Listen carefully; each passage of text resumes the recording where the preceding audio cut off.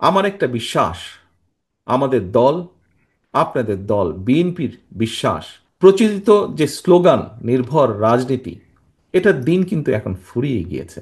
জনগণ কিন্তু এখন প্রচলিত রাজনীতির একটি পরিবর্তন চাইছে। যে আকাঙ্ক্ষা জনগণের, যে আকাঙ্ক্ষা নিয়ে সকল বক্তাই প্রায় কম বেশি কথা বলেছেন, এই আকাঙ্ক্ষা পূরণের জন্য প্রতিশ্রুতি নয়, বরং বিএনপি বিশ্বাস করে প্রতিশ্রুতির বাস্তবায়ন।